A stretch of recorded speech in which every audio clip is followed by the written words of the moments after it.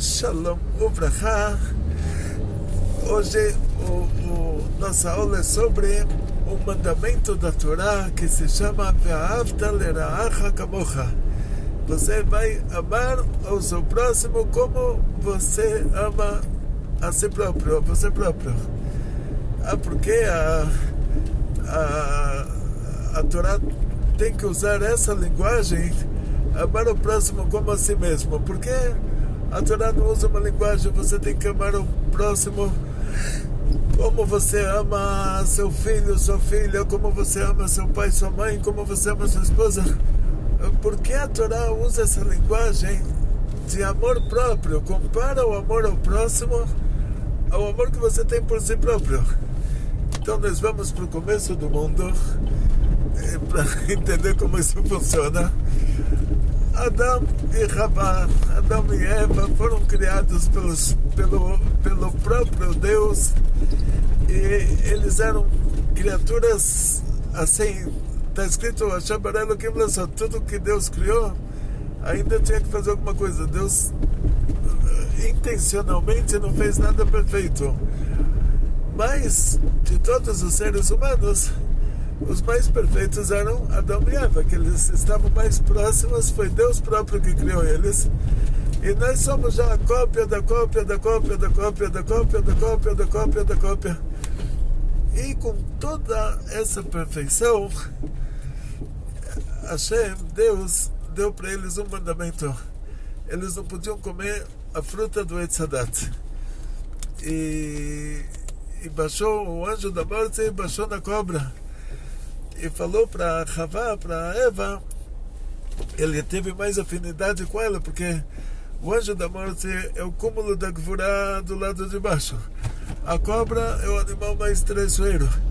E sendo que o aspecto feminino da alma começa na Bina, que dá origem à Gvurá, a mulher, ela é por essência Gvurá. Então, para equilibrar isso, dizem nossos sábios na Kabbalah, que Hashem deu para a mulher um corpo de Chesed para equilibrar a Gvurá da alma dela. Então a mulher, ela tem uma voz meiga, uma voz fina, ela tem uma pele lisa, ela tem um leitinho para o neném dentro dela própria. É tudo isso para equilibrar a essência do aspecto feminino da alma, que começa na Bina, que dá origem à Gvurá. E o homem é o contrário. A essência do aspecto masculino da alma começa na Chokhmah.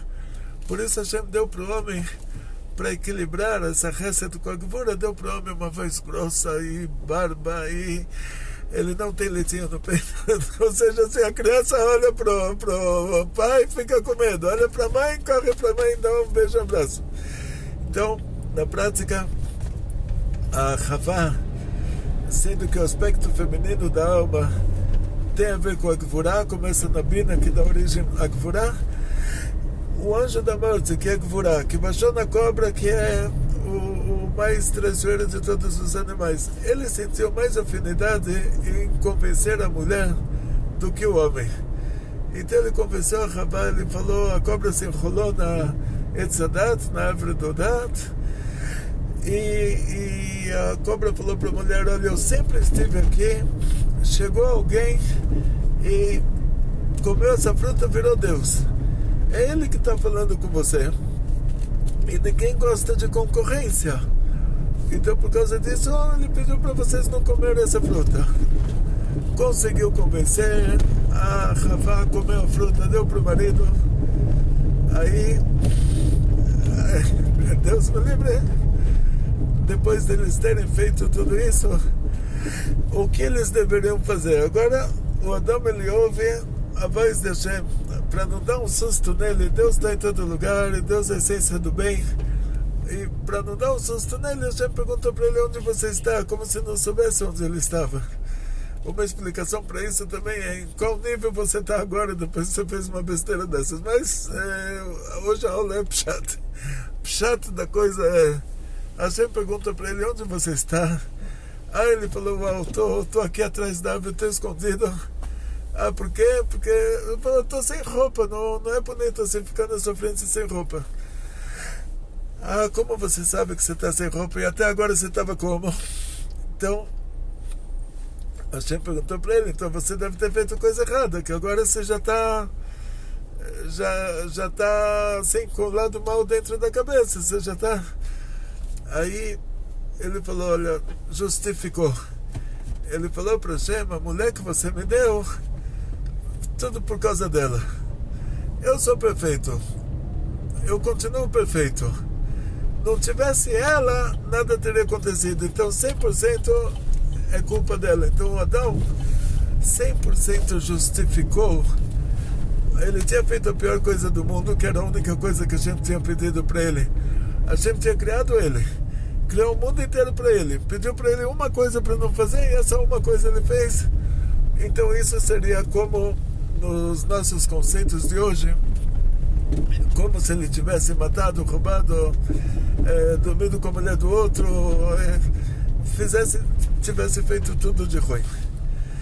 Continuação dessa história, coitado, ele justificou. O que quer dizer ele justificou? Ele falou, eu continuo perfeito, mas a culpa, 100% da culpa é da outra pessoa, é da Eva, e eu continuo 100% sem culpa, continuo 100% perfeito. E ele falou para o Hashem, olha, agora quem me deu essa mulher foi você. Então, te aconselharia em primeiro lugar você fazer tchubá, de ter me dado, você se arrepender de ter me dado a mulher que não presta, e depois ela fazer tchubá que ela me deu a fruta proibida. Mas na verdade, assim, na hora que ela deu para ele deveria falar, Deus falou para não comer, você está me falando para comer, então Deus tem mais autoridade aqui nesse caso, né? Então eu não devo comer isso porque Deus falou para não comer, você também não. Mas ele aceitou, ele foi convencido por ela, então ele jogou a culpa nela.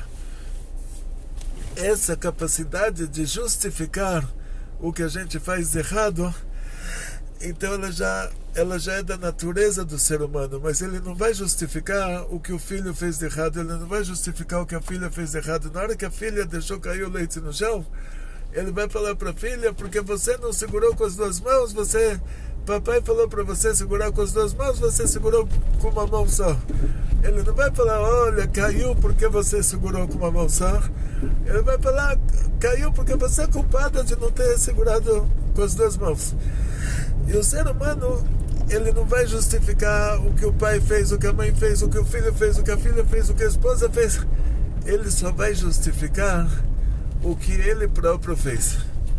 Ah, então se o que a filha fez de errado está complicando a reputação dele, aí ele vai falar, não, minha filha tinha razão, minha filha brigou na escola, é porque ela foi vítima de discriminação, de não sei, hoje está na moda discriminação, né? Então, aí a minha filha, a gente judeu pode usar isso assim de boa. Só que minha filha estuda numa escola judaica religiosa que todas as meninas são judias religiosas, então lá não dá para usar isso como argumento. Mas a pessoa pode usar, olha, teve discriminação, ou não sei, estão me perseguindo. Ele vai justificar o que a filha fez de errado somente por causa da reputação dele. Mas o que a filha fizer de errado dentro de casa, ele não vai justificar. Então, a pessoa tem por natureza justificar o que ele fez de errado. Quer dizer, o que ele fez de errado, sempre ele vai descobrir uma fórmula para falar que o culpado não é ele.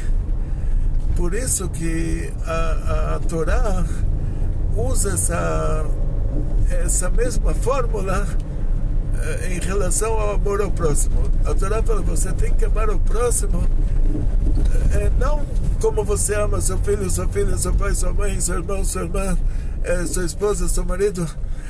Você tem que amar o próximo como você ama a si mesmo, porque a si próprio você sempre vai justificar. Você vai falar, Deus está errado, a mulher está errada, porque você comeu a fruta do Etzadat, mas quem te deu a mulher foi Deus, então fala para Deus, o errado é você. Quem deu a fruta para você foi a mulher, então errado é a mulher. mas você não tem como... A natureza humana é essa. Qualquer coisa que a pessoa tenha feito de errado, pode ser o Hitler no Marshall, que matou 6 milhões de judeus e por causa dele morreram 50 milhões de pessoas na Segunda Guerra Mundial. Se você for entrevistar ele lá no inferno, no Gehenom é limitado para 12 meses para os maiores criminosos, mas quando se faz algum assassinato inspirado, se faz idolatria, assassinato, se faz alguma coisa proibida inspirada na pessoa que está lá no Gehenom, isso vai pro Ilui Nishmat dele lá, quer dizer, ele recebe uma prorrogação por causa que ele ainda está atuando no mundo. Pessoas estão neonazistas inspiradas nele e por causa disso Deus me livre. O Rasha, a pessoa ruim, falou o profeta Ahia Ashiloni sobre o Yeravan Ben Navad, foi a pessoa mais ruim na história de Israel. Falou sobre ele e que seja apagada a sua memória. Na hora que você não se lembra mais que essa pessoa existiu, então você não vai fazer nada de mal inspirado nela. Então, enquanto é feita uma coisa ruim inspirada na pessoa que está lá no Gehenom, o Gehenom dele é prorrogado. Enquanto tem neonazistas, o Gehenom do Hitler lá é prorrogado. Mas quando se você for lá no Gehenom entrevistar ele, você fala, olha, eu quero fazer uma entrevista, me fala qual o motivo que você causou a morte de 50 milhões de pessoas na Segunda Guerra Mundial, ele vai ter uma justificativa. E ele não vai dar essa justificativa para ninguém. Mas para ele vai justificar. Que algum motivo, ele vai justificar que... Pode colocar aí... Ele vai ter para você 50 justificativas diferentes de 50 categorias diferentes. Ou seja, não importa que a pessoa foi a pior pessoa do mundo. Se você for perguntar para ele por que você foi a pior pessoa do mundo, ele vai falar, eu não sou culpado. Eu fui a pior pessoa do mundo por causa disso. Por isso que muitas vezes, quando tem um ataque, alguma coisa assim, nos Estados Unidos está super na moda hoje, a pessoa entrar com uma metralhadora dentro de um asilo de idosos e matar lá todo mundo, e ele acha que fez uma coisa muito... Ele se tornou um herói nacional. A polícia tenta descobrir o que motivou ele a fazer esse crime.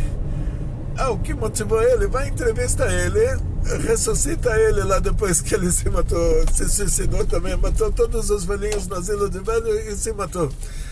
E vai lá, ressuscita ele e pergunta, o que te motivou a fazer isso?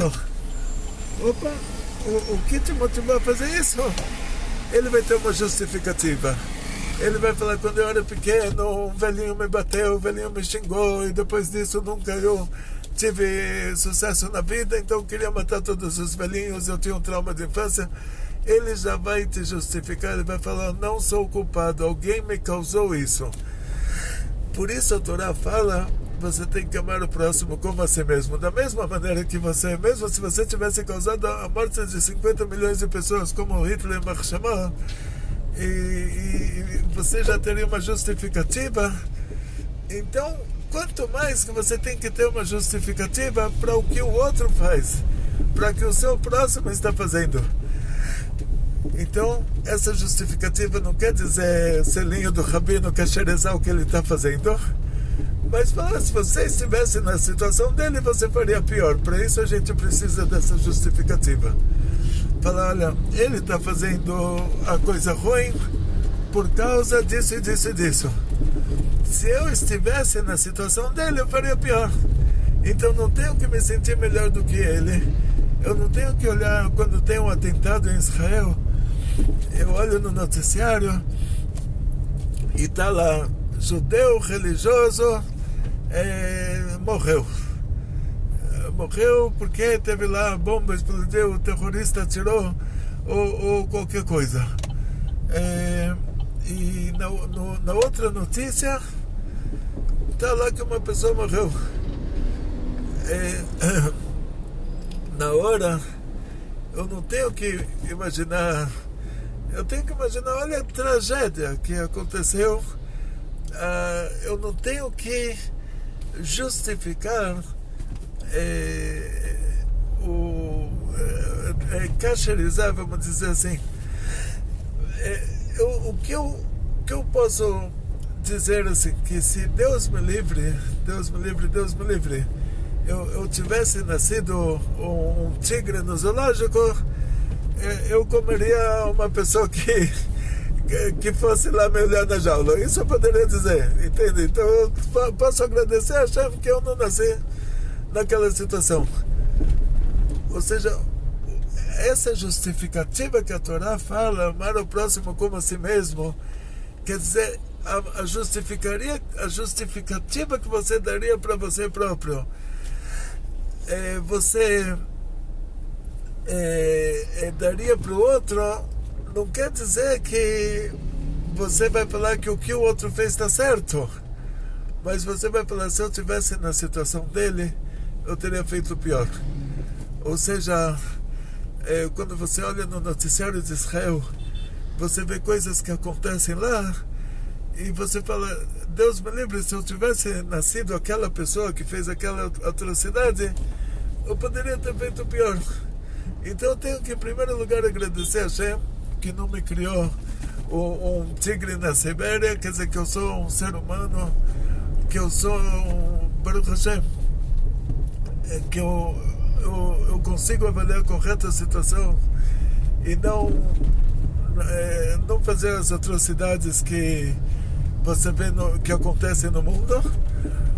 Mas por outro lado, o que a gente diria, por que a pessoa precisa amar o próximo como a si mesmo? Que eu falo, aquele que fez a coisa errada, de qualquer maneira, alguma coisa causou isso para ele. Se fosse eu já te daria a lista das 15 coisas que causaram na hora, né? Mas para ele, eu não tenho essa lista pronta entrega. Então, a Torá fala, então pensa nisso também. Quer dizer, na hora que é feito um julgamento, o Sanedrin tinha 71 juízes, para não ficar empatado. E na hora que é feito um julgamento, se todos os 71 juízes determinam que aquela pessoa é culpada, ninguém está vendo um lado positivo na pessoa, ninguém está vendo uma justificativa para o que ele fez, então a pessoa é absolvida, o criminoso é absolvido. Por quê? Porque aí é a prova de que existe um problema com o tribunal. Esse tribunal deixa de ser um tribunal apto para fazer um julgamento de pena de morte. O mesmo acontece com cada um de nós. Se você, na hora que você vê que aconteceu uma coisa ruim, e você não tem nenhuma justificativa para a pessoa que fez a coisa ruim, então quer dizer que você está desqualificado de julgar essa pessoa. E quando a Torá fala amar o próximo como a si mesmo, então ela está falando sobre pessoas que são pela Torá obrigadas a cumprir os 613 mandamentos. Aí você vai para um caso que a pessoa não é obrigada a cumprir 613 mandamentos. Ele não é judeu, ele é obrigado a cumprir pela Torá somente 7 mandamentos de Bnei Noach, que foram dados para o Noach, depois do dilúvio. Então vamos para uma história do Hillel Azaken, Hillel da Mishnah, Hillel, o grande tzadik da nossa história, que uma pessoa queria se converter ao judaísmo, e a pessoa primeiro foi para o Shammai, que era o Av Betadin. Ele falou para o Shammai, eu quero que você me ensina toda a Torá enquanto eu estou num pé só. Quanto tempo eu consegui me aguentar num pé só? Esse é o tempo que você tem para me ensinar toda a Torá. O Shammai, ele era um engenheiro da época, e ele tinha uma régua de 1 metro, um amá, né? Não era metro nasce 1 metro, mas é amá tabinhan. O amá do prédio, amá é 50 centímetros. Então ele tinha essa régua para medir as pedras. Naquela época não tinha cimento, era pedra em cima de pedra, se não estava encaixado certinho, Deus me livre, a casa caía. Então o Shammai estava com aquela régua na mão, ele empurrou a pessoa para fora com a régua. Aí, continuação, a pessoa saiu reclamando, olha o que me fizeram, eu quero me converter ao judaísmo, quero deixar a idolatria, quero rezar para Deus, e me empurraram para fora com a régua. Aí falaram para ele, olha, você deve ser um cara muito chato, né, para acontecer uma coisa dessas, então você vai pro Hillel. O Hillel tem uma paciência que ninguém mais tem. Então ele foi pro Hillel, chegou no Hillel e falou, olha, eu quero me converter ao judaísmo, mas eu tenho uma condição, eu só me converto ao judaísmo se você me ensinar toda a Torá enquanto eu estiver sobre um pé só. Todo o tempo que eu conseguir me equilibrar sobre um pé só, você vai me contando a Torá, e você tem que terminar de me contar toda a Torá dentro desse período de tempo que eu consigo me equilibrar num pé só. O Hillel falou para ele, Made alach sanoi lechabrecha al tavet. Falou, Yarabaico, o que você odeia que façam para você, não faça para o seu amigo. Por que ele não falou? E aí o Hillel falou assim, isso é toda a Torá, agora eu já te ensinei toda a Torá, agora você pode baixar o pé. Ou seja, a pessoa ficou num pé só, o Hillel topou a disputa, a pessoa ficou num pé só, o Hillel falou para ele, manda lá, sanoi lechabrecha al tavet, e falou para ele, agora você pode baixar o pé, eu já te ensinei agora toda a Torá. O que você não gosta que te façam, não faça para os outros, isso é toda a Torá. Aí ele falou, agora o resto é explicação. E agora que você já sabe toda a Torá, agora vai estudar as explicações. Mas toda a Torá é isso. Então pergunta o nosso Rebbe, por que ele não usou o termo da Torá de amar ao próximo como a si mesmo?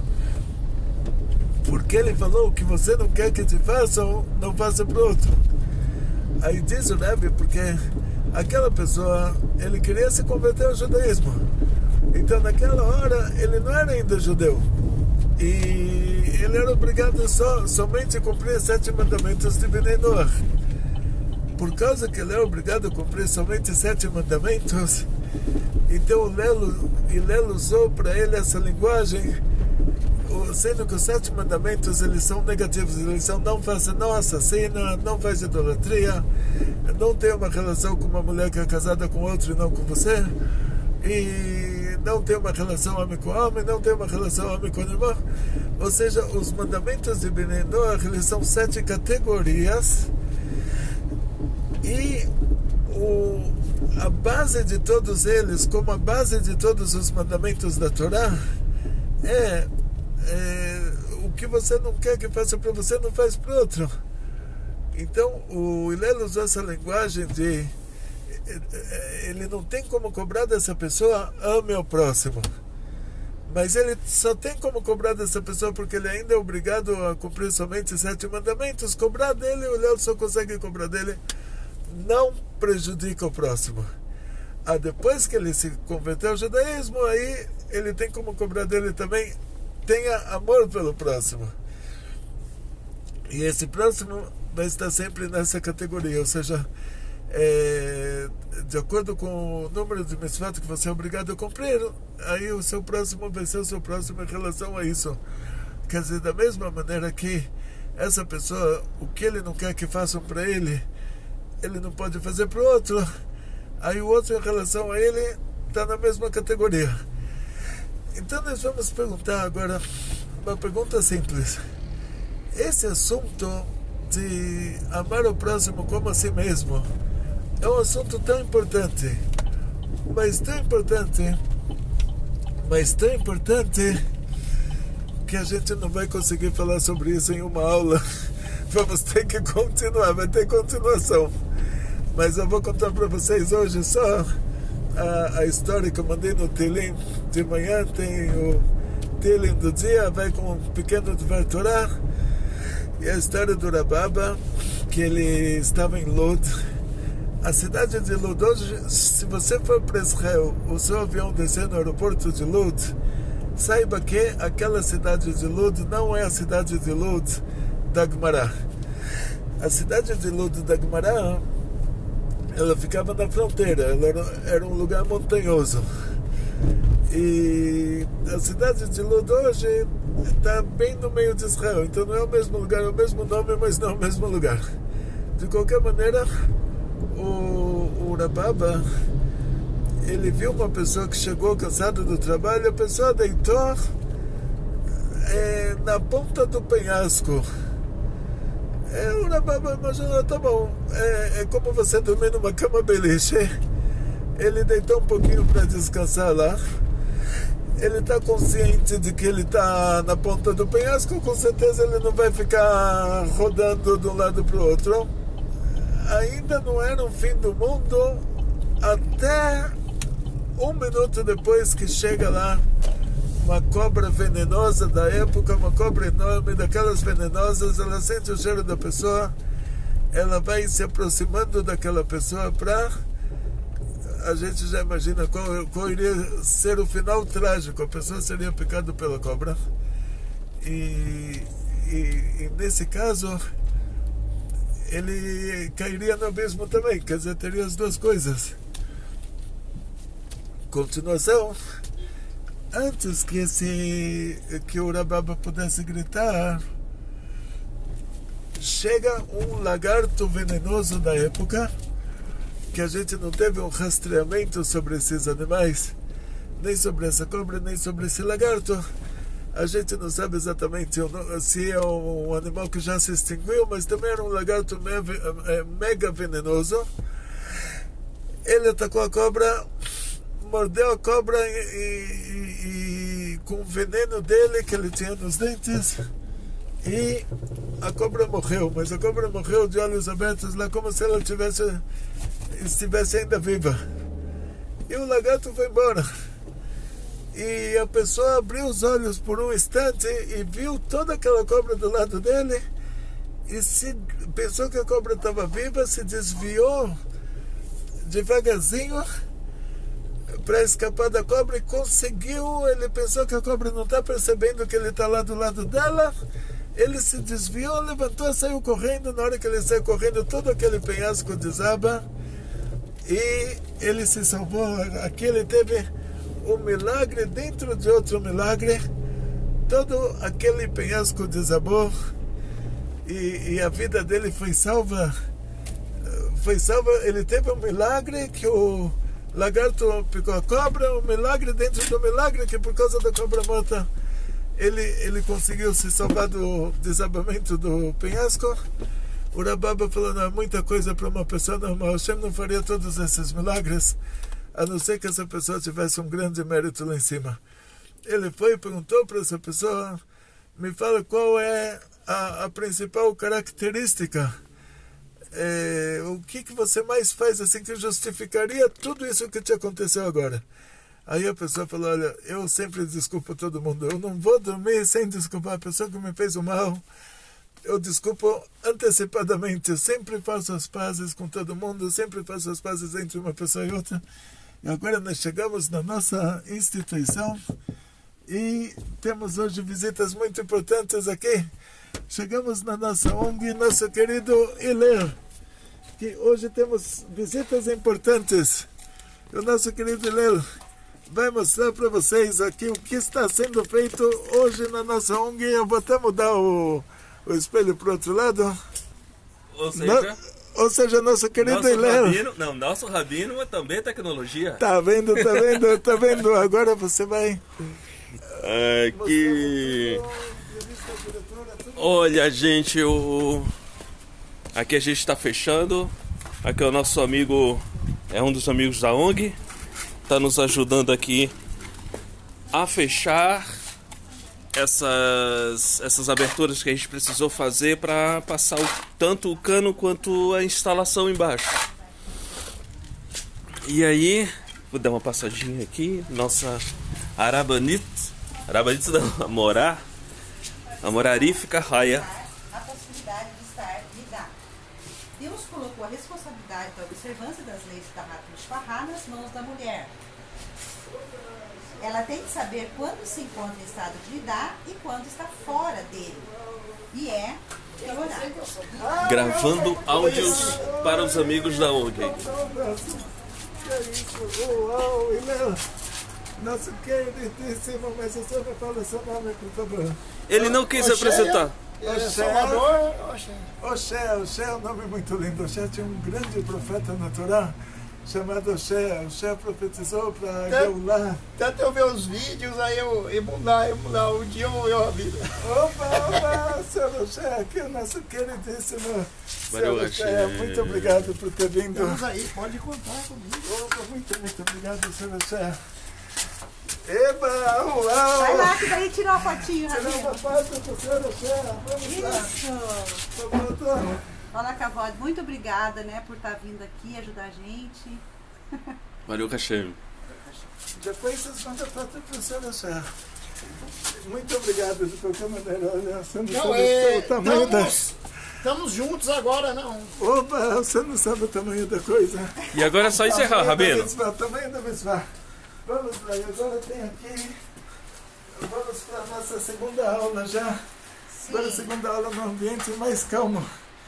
E muito obrigado para todos vocês, muito obrigado para todos os nossos amigos da ONG e para todos vocês que nos apoiam e que assistem às nossas aulas e que colocam os nossos ensinamentos na prática. Que Hashem dê a todos vocês muito sucesso, muita saúde, muito dinheiro, felicidades judaicas de toda a família, grandes milagres em grande estilo. Aqui tem a foto do meu Mashper, Rav Moshe Weber. 1978, quando eu cheguei em Israel, eu entrei na Yeshiva em Kfar Chabad, Tom Het Mimim, descobri na Yeshiva uma sala que nem o Muhammad, nem o faxineiro da Yeshiva entrava lá, livros empoeirados. Peguei um livro, tirei a poeira e eu vi que era um livro de Kabbalah da pesada. Fui para o Rosh Hashiva, comecei a fazer perguntas para um para o outro, me falaram, olha, você tem que viajar para Jerusalém, fazer essas perguntas para o Rav Moshe Weber. Ele era o único que conseguia me responder. Aí sempre que eu tinha uma pergunta, eu pegava um ônibus de Kfar Chabad para Tel Aviv, de Tel Aviv para Jerusalém, do Tachana Merkazit de Jerusalém para Mea Shearim, para Rav Moshe Weber, fazia a pergunta e me respondia de uma maneira clara, assim que... Aí eu pegava o ônibus de volta para a Tachana Merkazit, de volta para Tel Aviv, de volta para Kfar Chabad, viajava até Jerusalém e voltava para fazer uma pergunta. E, Baruch Hashem, tive esse privilégio. Hoje no Brasil eu falo, se eu não estivesse lá, não teria como. Hoje eu não teria como fazer isso aqui. Hashem me fez milagres muito grandes. E hoje nós temos um rabino aqui, pertinho de nós. Podemos fazer todas as perguntas, né? Pergunta no grupo, pergunta... As suas perguntas são muito mais fáceis. O que eu perguntava para ele... As suas perguntas, graças a Deus, assim, o meu trabalho é mais fácil do que o dele, né? As perguntas são mais fáceis. Então, Atzlacha, Abriut, Panasá Beshefa, muito sucesso, muita saúde, muito dinheiro, felicidades judaicas de toda a família, grandes milagres em grande estilo. Amém. Bekol Tov.